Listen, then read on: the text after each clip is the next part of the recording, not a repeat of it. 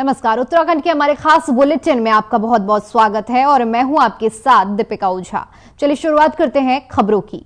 उत्तर भारत के साथ उत्तराखंड में भी कड़कड़ाती ठंड ने जनजीवन अस्त व्यस्त कर दिया है।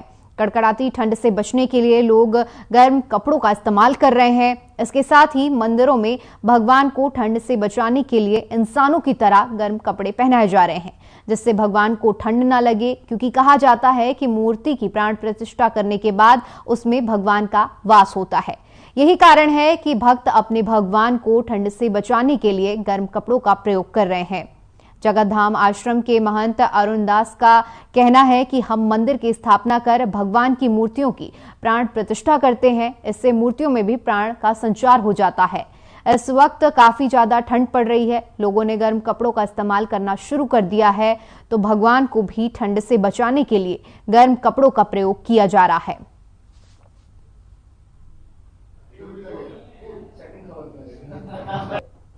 जब हम प्राण प्रतिष्ठा करते हैं तो मूर्तियों में भी प्राणों का संचार होता है।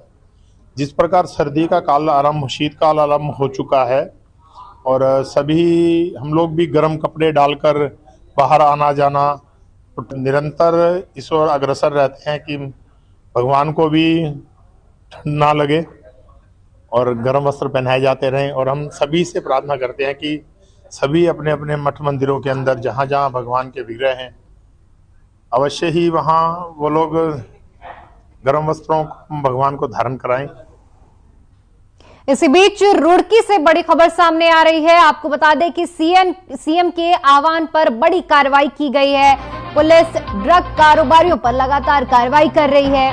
गंगनहर पुलिस और एसटीएफ की संयुक्त कार्रवाई हुई है, जिसमें टीम ने ड्रग माफियाओं पर देर रात कार्रवाई की है।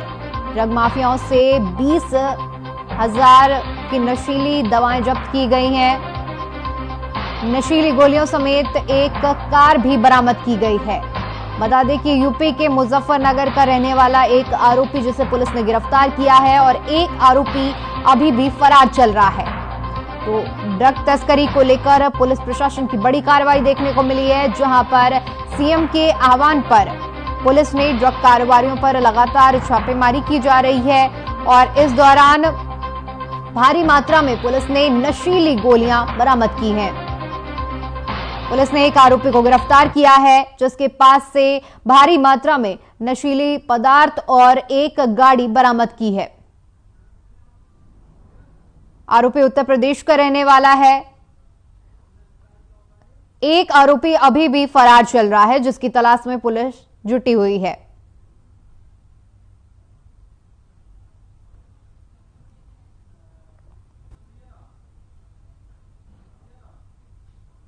उधर रुड़की से बड़ी खबर सामने आ रही है, जहां चोरों के हौसले बुलंद हैं। आपको बता दें कि एक साथ 2 वाहन को चोरी किया गया। चोरी की पूरी वारदात सीसीटीवी में कैद हो गई। ग्रीन पार्क कॉलोनी में चोरी की इस वारदात से हड़कंप मच गया है। शातिर चोर ने एक साथ 2 वाहनों को चोरी किया। ग्रीन पार्क कॉलोनी की 25 नंबर गली की यह घटना है, जहां पर एक बुलेट और स्कूटी को चोरी करने का मामला सामने आया है। पीड़ित ने मामले में तहरीर देकर कार्रवाई की मांग की है। आपको बता दें कि रात के अंधेरे में लूट की इस वारदात को अंजाम दिया गया है। पूरा मामला गंगनहर कोतवाली क्षेत्र का है, जहां पर एक साथ 2 वाहनों की चोरी की गई है। तो बड़ी और अहम जानकारी आपके साथ साझा कर रहे हैं, जहां पर ग्रीन पार्क कॉलोनी में चोरों ने हाथ साफ किए। 2 मोटरसाइकिल एक साथ चोरी की पूरी वारदात सीसीटीवी कैमरे में कैद हो गई है। ये सीसीटीवी फुटेज हम आपको दिखा रहे हैं, किस तरह से एक स्कूटी और बुलेट जो कि खड़ी हैं और उन पर चोरों ने अपने साथ ले गए हैं और ये पूरी वारदात सीसीटीवी कैमरे में कैद हो गई है। आप देख सकते हैं कि किस तरह से पहले एक स्कूटी को चोर अपने साथ ले गए, उसके बाद वहीं पास में मौजूद एक बुलेट को भी चोर अपने साथ ले गए।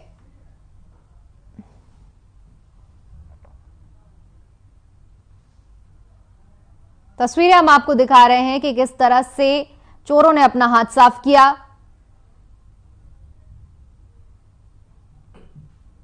उधर देश के रक्षा मंत्री आगामी 14 जनवरी को देहरादून आएंगे, जिसको लेकर पुलिस प्रशासन ने अपनी तैयारियां तेज कर दी हैं। अगर हम बात करें तो ट्रैफिक को सुचारू ढंग से चलाने के लिए ट्रैफिक एसपी अक्षय प्रहलाद कोंडे ने बताया कि जिस तरह से महामहिम राष्ट्रपति का दौरा बहुत ही शांतिपूर्ण ढंग से हम लोगों ने पूरा किया, उसी तरह रक्षा मंत्री का दौरा भी शांतिपूर्ण तरीके से होगा। इसके लिए ट्रैफिक विभाग ने मास्टर प्लान बनाकर तैयारियां शुरू कर दी हैं। पता तो जैसे झलसा हो जाता हूं मैं गाड़ी खड़ी जो वीआईपी अरेंजमेंट रहेगा उसके लिए रूट का प्लानिंग की जाएगी। अल्टरनेट रूट बनेगा एयरपोर्ट तक, और जैसे हमारा हम आशा करते हैं कि ज़्यादा से ज़्यादा उनकी मूवमेंट फ्लाइट और हेलीकॉप्टर से हो, और जहाँ जहाँ रोड का यूज़ हो रहा है, जैसे हमने दिसंबर में प्रेसिडेंट विजिट को सक्सेसफुल बनाया था, उतनी ही तैयारी की जाके किसी भी लोगों को परेशान ना करते हुए इनकी मूवमेंट इंश्योर की जाए। 8 नवंबर 2016 को प्रधानमंत्री नरेंद्र मोदी ने अचानक नोटबंदी का ऐलान कर 500 और 1000 के नोटों को बंद कर दिया था। सुप्रीम कोर्ट ने मोदी सरकार की नोटबंदी को चुनौती देने वाली 58 याचिकाओं पर सुनवाई करते हुए फैसला सुनाया। आर्थिक फैसलों को बदला नहीं जा सकता है। सुप्रीम कोर्ट के फैसले पर मुख्यमंत्री धामी ने अपनी प्रतिक्रिया दी है। उन्होंने कहा कि प्रधानमंत्री नरेंद्र मोदी जो भी करते हैं सोच समझकर करते हैं। प्रधानमंत्री का नोटबंदी का फैसला सही था, इसलिए सुप्रीम कोर्ट भी इस फैसले पर अपनी हामी भरी है। उच्चतम न्यायालय के इस फैसले के लिए मुख्यमंत्री ने सुप्रीम कोर्ट को धन्यवाद किया है।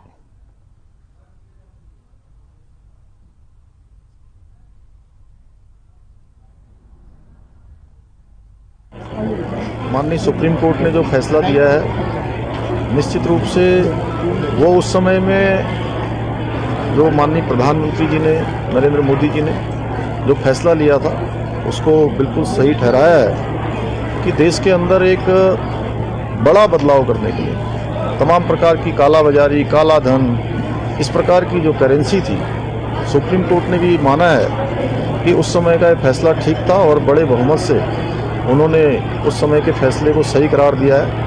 मैं माननीय प्रधानमंत्री जी का, क्योंकि उन्होंने एक सराहनीय जो निर्णय उस समय लिया था, वो देश के हित में लिया था, आम जनता के, सामान्य जनता के, गरीबों के, मजदूरों के हित में लिया था। मैं प्रधानमंत्री जी का अभिनंदन करता हूँ। उधर हल्द्वानी की ढोलक बस्ती, बनभूलपुरा आदि जगहों पर रेलवे की भूमि पर बसे लोगों को हटाने के मामले में पूर्व सीएम हरीश रावत ने सीएम पुष्कर सिंह धामी को सोशल मीडिया पर खुला पत्र लिखा है, जिसमें उन्होंने कहा कि कानूनी पक्ष अपनी जगह सही है, लेकिन मानवीय पक्ष देखते हुए कोई बीच का रास्ता निकालना चाहिए।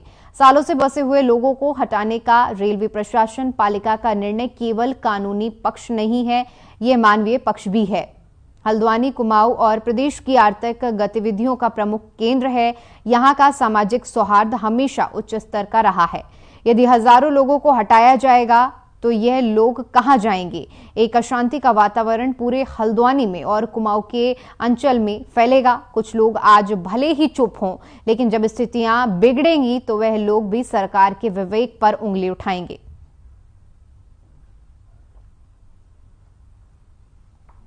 मैं मुख्यमंत्री से आग्रह करना चाहूंगा कि उनको कुछ समय दें और एक समयबद्ध पैकेज तरीके से इस समस्या का समाधान करें।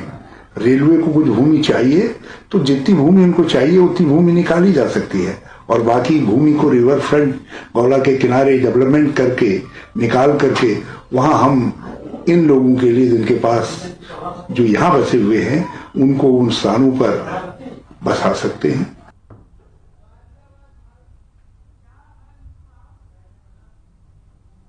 तो सोशल मीडिया पर पूर्व सीएम ने खुला खत लिखा है, जिसमें कब्जा हटाने को लेकर ये खत है। उन्होंने अपील की है कि कोई मानवीय रास्ता निकालना चाहिए।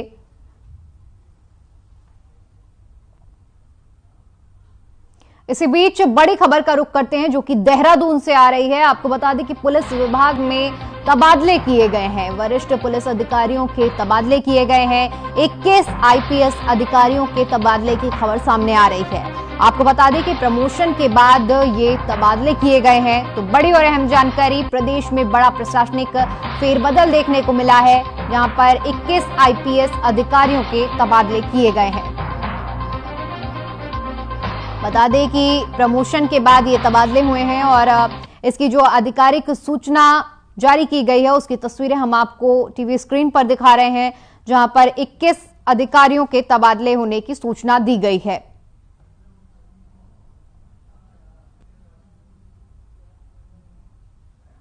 प्रदेश में बड़ा प्रशासनिक फेरबदल देखने को मिला है। बता दें कि कुछ ही दिन पहले प्रमोशन की खबरें सामने आई थी और जिसके बाद वरिष्ठ आईपीएस अधिकारियों के तबादले किए गए हैं।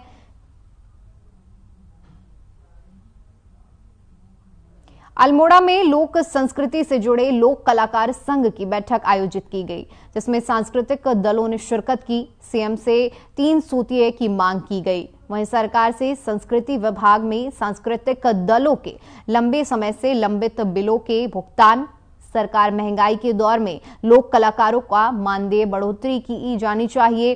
साथ ही साथ कोरोना काल से सूचना एवं लोक संपर्क निदेशालय से सांस्कृतिक दलों का पंजीकरण करें। लोक कलाकार संघ के प्रदेश अध्यक्ष का कहना है कि उत्तराखंड को लोक संस्कृति से जाना जाता है, लेकिन सरकार लगातार अनदेखी कर रही है। सरकार लोक कलाकारों की मांग पर त्वरित कार्रवाई नहीं कर रही है, तो प्रदेश भर के लोक कलाकार संघ आमरण अनशन करने पर मजबूर हो जाएंगे।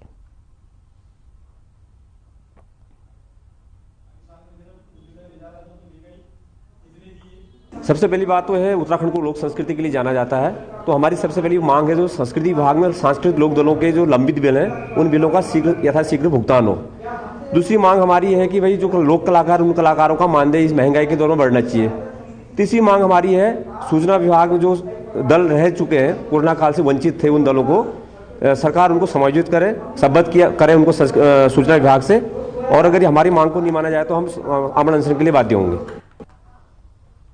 उधर पौड़ी में जल्द ही पुराना ब्रिटिश कालीन कलेक्ट्रेट परिसर में अब एक नया स्वरूप में यहां के लोगों और पर्यटकों को नजर आएगा। इस हेरिटेज बिल्डिंग को संवारने की कवायद जिलाधिकारी के निर्देश पर अब तेज कर दी गई है। जिलाधिकारी ने इस हेरिटेज बिल्डिंग के जीर्णोद्धार का जिम्मा लोक निर्माण विभाग को सौंपा है। ऐसे में लोक निर्माण विभाग के अधिकारी यहां आर्किटेक्ट के साथ मिलकर इस पूरे परिसर का सर्वे कर कार्य योजना तैयार कर रहे हैं, ताकि इस बिल्डिंग को एक नया रूप दिया जा सके। लोक निर्माण विभाग निर्माण खंड के अधिशासी अभियंता धन सिंह कुटियाल ने जानकारी देते हुए बताया कि ब्रिटिश कालीन धरोहर को संवारने के लिए तेजी से कार्य योजना तैयार की जा रही है, जो आने वाले समय में अपने नए स्वरूप में नजर आएगी।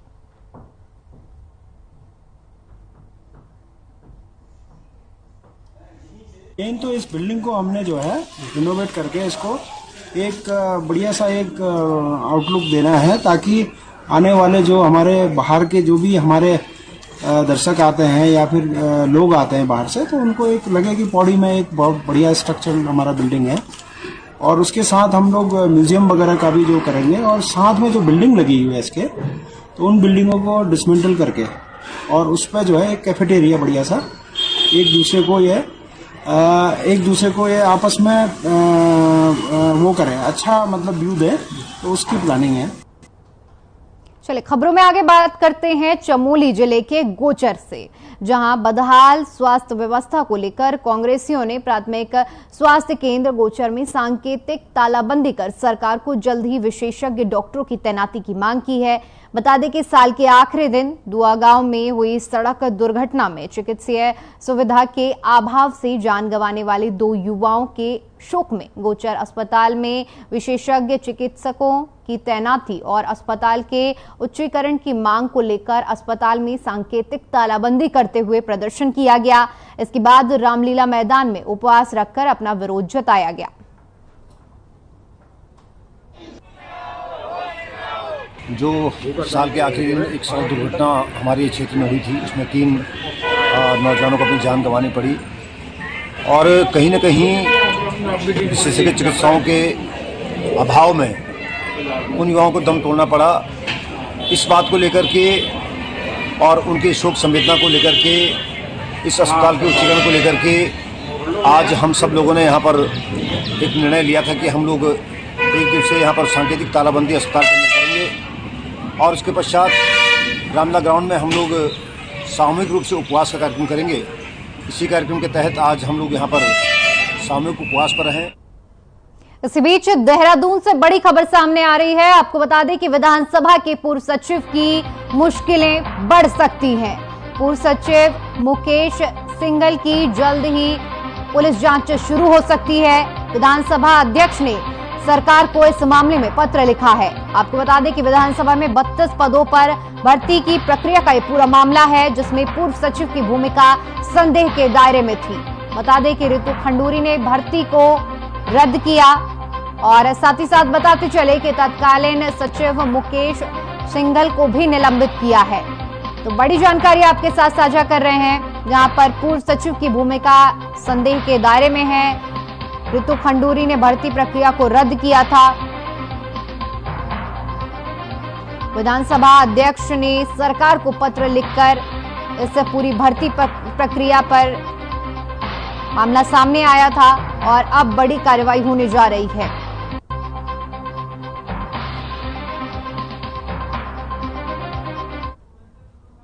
उधर कांग्रेस ने एक बार फिर से प्रदेश सरकार पर कड़ा प्रहार किया है। उत्तराखंड कांग्रेस की मुख्य प्रवक्ता गरिमा मेहरा दसौनी ने कहा कि इस विडंबना ही कहेंगे कि अस्पताल में भर्ती उत्तराखंड के सपूत और उत्तराखंड की गौरवान्वित करने वाले अंतर्राष्ट्रीय ख्याति प्राप्त क्रिकेटर ऋषभ पंत का रुड़की में सड़क में गड्ढे होने की वजह से एक्सीडेंट हो गया। दसौनी ने कहा कि जब उत्तराखंड के मुख्यमंत्री पुष्कर सिंह धामी उनका हाल जानने अस्पताल पहुंचे और ऋषभ ने अपने एक्सीडेंट का कारण सड़क के गड्ढों को बताया, तो निश्चित ही ये सरकार को आईना दिखाने के बराबर है। दसौनी ने इसे राहत भरी खबर बताया है।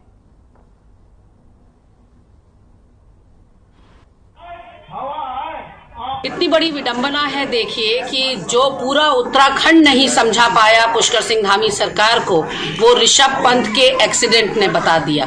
ऋषभ पंत ने साफ तौर पर कल मुख्यमंत्री धामी जब मुलाकात करने गए तो बताया उन्हें कि सड़क के गड्ढे की वजह से मेरा ये भीषण हादसा हुआ। उत्तराखंड के गौरव, उत्तराखंड के सपूत ऋषभ पंत के साथ जो हादसा हुआ वो निश्चित रूप से दुर्भाग्यपूर्ण है, पर कम से कम उसने सरकार को चेताने का काम किया। एक तरफ जहां धामी जी मानने को तैयार नहीं थे कि उत्तराखंड में जगह जगह सड़क गड्ढा युक्त हैं, ऐसे में मुझे लगता है कि ऋषभ पंत ने सरकार को आईना दिखाने का काम किया।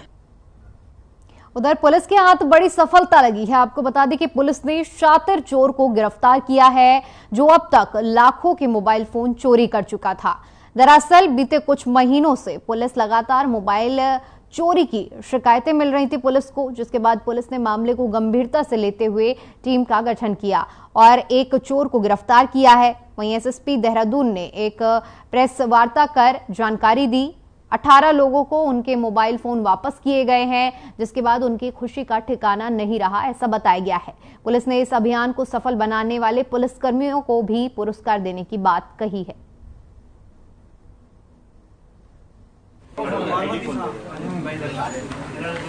पिछले 3-4 माह में जो मोबाइल फ़ोन लोगों के खोए थे, जिन्होंने पुलिस को रिपोर्टिंग करी है, तो 252 उनमें से 252 मोबाइल फ़ोन हमने बरामद किए हैं।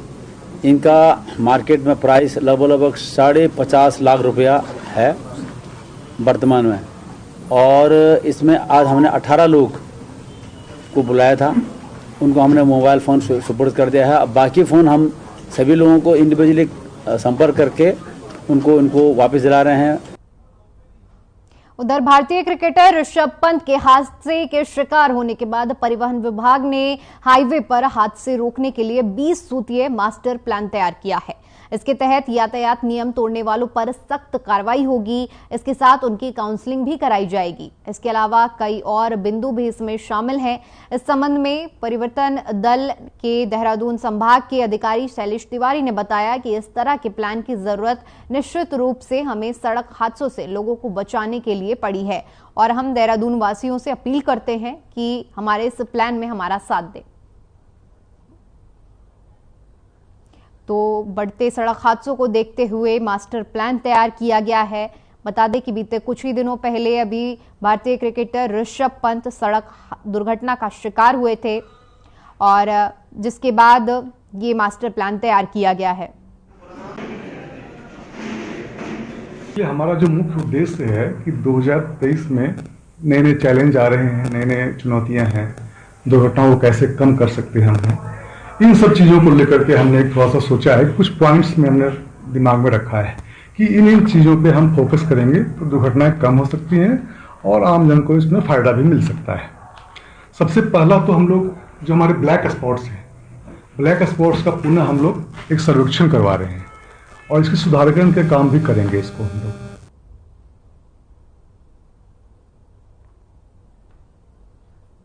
उधर उत्तराखंड के 1800 राजस्व गांव में कानून व्यवस्था अब रेगुलर पुलिस संभालेगी। सरकार ने राजस्व पुलिस की व्यवस्था को समाप्त कर इन गांवों को रेगुलर पुलिस को सौंप दिया है। आपको बता दें कि इसको लेकर अधिसूचना जारी की गई है। पहले चरण में 52 थाने और 19 पुलिस चौकियों का सीमा विस्तार किया जाएगा।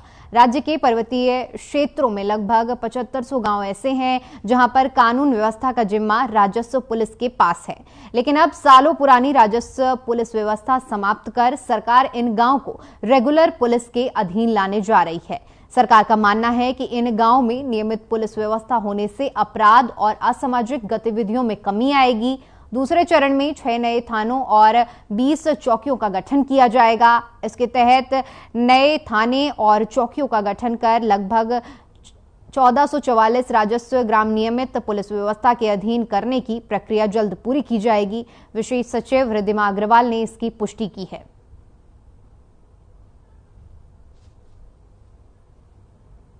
तो 1800 गांव को अब उनकी कानून व्यवस्था राजस्व पुलिस की जगह सामान्य पुलिस संभालेगी। रेगुलर पुलिस के हाथ कानून व्यवस्था दी गई है। सुरक्षा के लिहाज से ये बदलाव किया गया है। पुलिस का कहना है कि बढ़ती आपराधिक घटनाओं और असामाजिक गतिविधियों पर रोक लगाने के लिए कदम उठाया गया है।